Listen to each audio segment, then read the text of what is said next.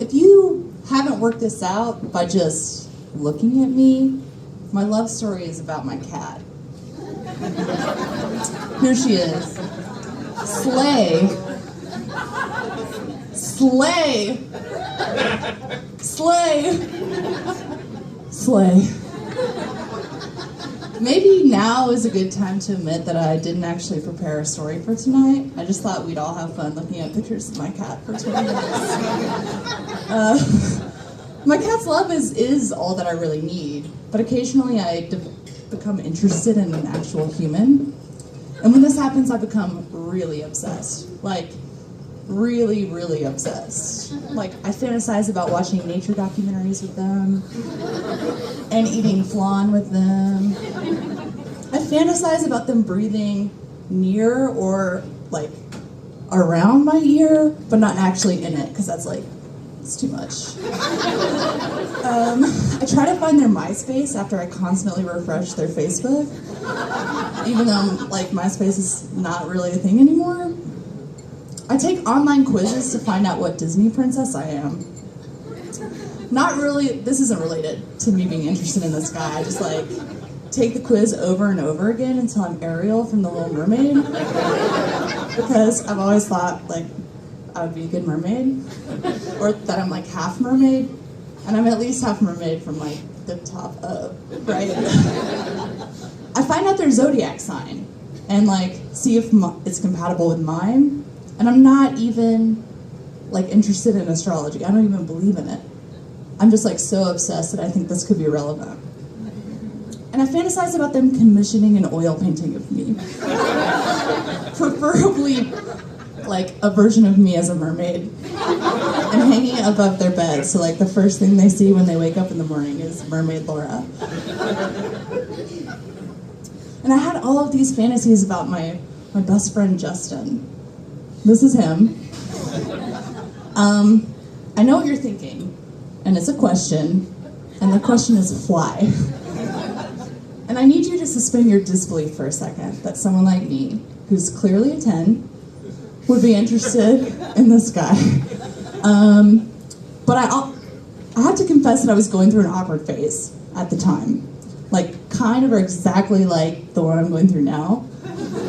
I was taking a lot of selfies during the time, and most of them looked like this.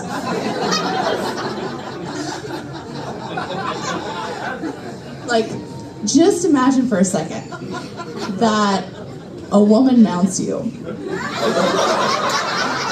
And you're into her, and it's about to go down, and you look up, and this is looking down on you, breathing heavily. So, I wasn't a catch, but neither was he, clearly. But I was still sprung over him. We had been friends for a couple of years. We had dinner together, we took vacations together, we saw concerts, plays together, and, like, nothing happened between us. Like, we even did ecstasy together a couple of times. Like, just the two of us, rolling. And, like, any normal person would make out with, like, a total stranger when they're on ecstasy, even if that stranger is, like, Lord Voldemort himself. But we didn't even touch. Like, he even stayed at my house a couple of times, like, after we were hanging out late at night. And we were exhausted. It would have been platonic. And even then, he was always like, I'll just sleep on the couch. So, like, any rational person would have, like, given up. But I was a sprung ass hoe over this guy. It was real dumb. But you guys, it finally happens. Like, I have him over one night. He comes over for dinner at 6 p.m. and stays till 4 a.m.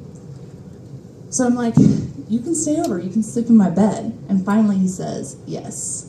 So he sleeps in my bed. So we fall asleep, and by we fall asleep, I mean I didn't sleep at all. I stay up all night counting down the hours till he wakes up. So finally, blissfully, he wakes up. And you guys, it happens. I start to fool around with this guy. I know what you're thinking, and it's a question, and the question is why. And all I can say is that I'm sorry. I'm so very sorry. So we are hooking up. I don't know why, but it's big. It's big for me. And I have flan in the fridge. I have a nature documentary queued up on Netflix for our refractory period. I deleted his MySpace from my internet search history just in case he needs to use my computer. But then we're interrupted. A notification rings on my phone. And I want to let you know where we are in our sexual progress. This is for later.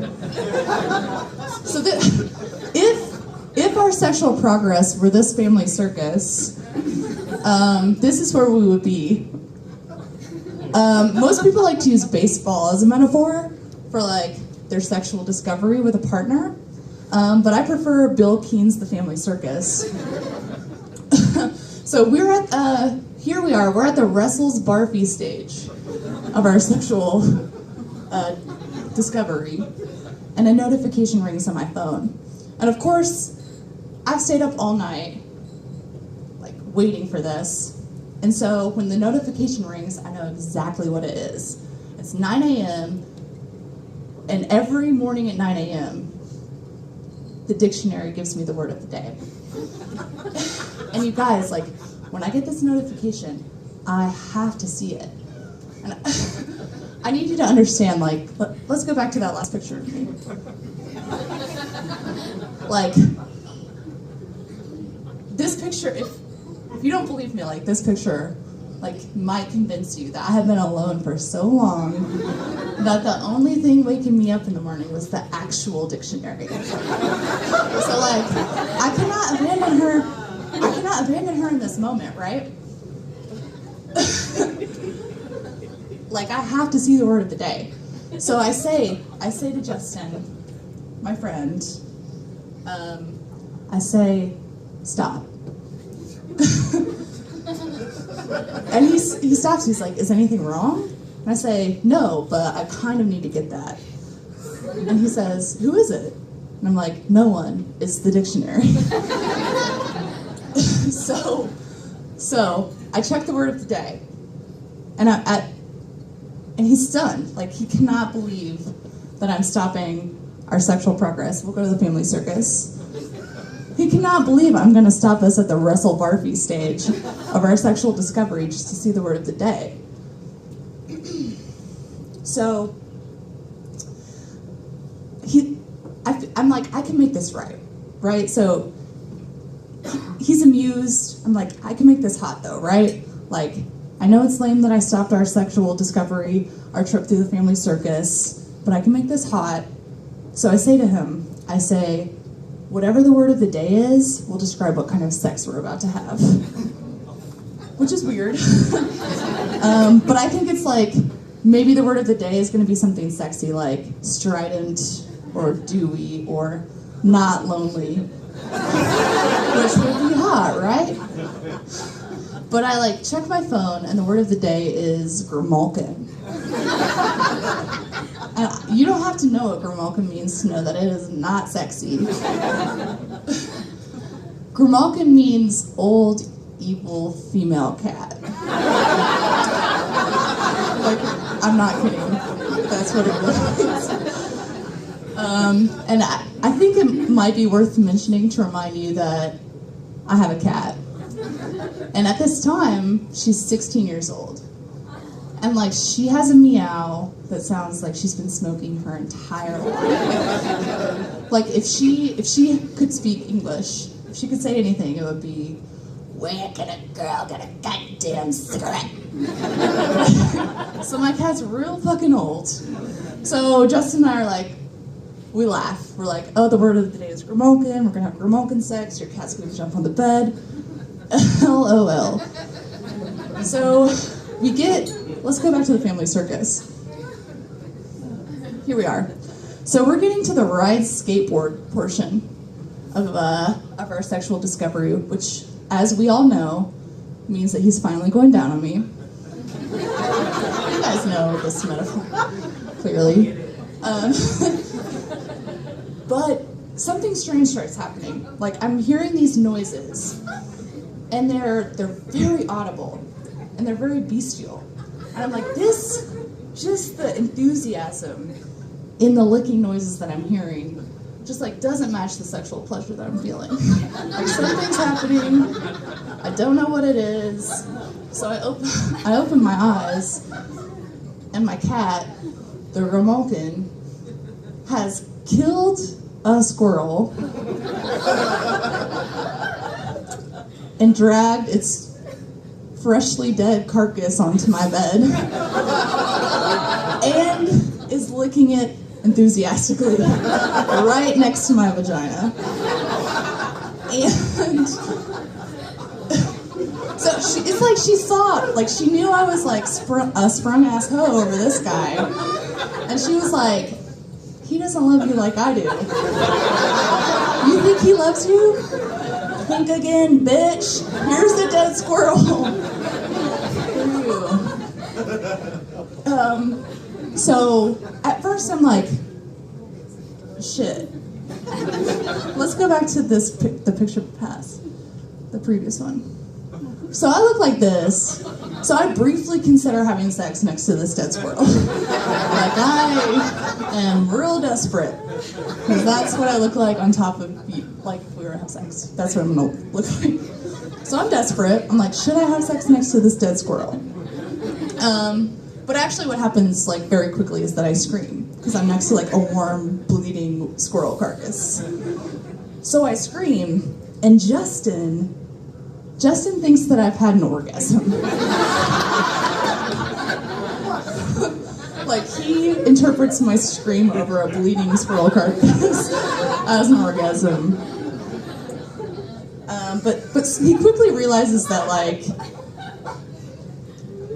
how enthusiastically I screamed, or how intensely I screamed, like, did not match his piss poor effort at going down.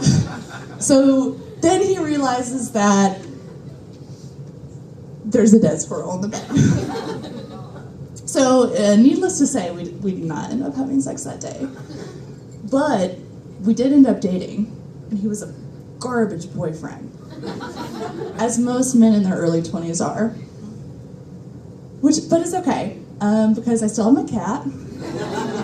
Still got my cat. Slay.